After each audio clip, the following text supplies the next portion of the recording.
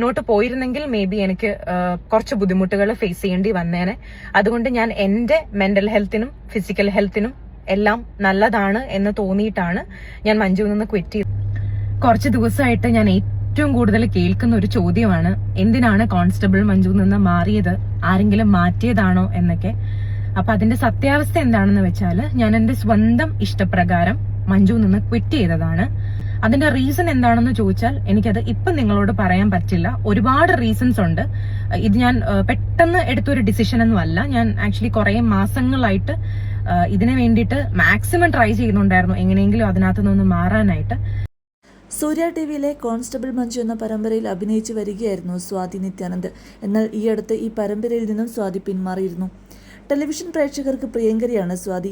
സ്വാതിയുടെ സീരിയലിൽ നിന്നുള്ള പെട്ടെന്നുള്ള ഈ പിന്മാറ്റം പലർക്കും ഉൾക്കൊള്ളാനായില്ല. ചോദ്യങ്ങൾ വന്നതോടെ പ്രതികരണവുമായി രംഗത്ത് വന്നിരിക്കുകയാണ് സ്വാതി നിത്യാനന്ദ്.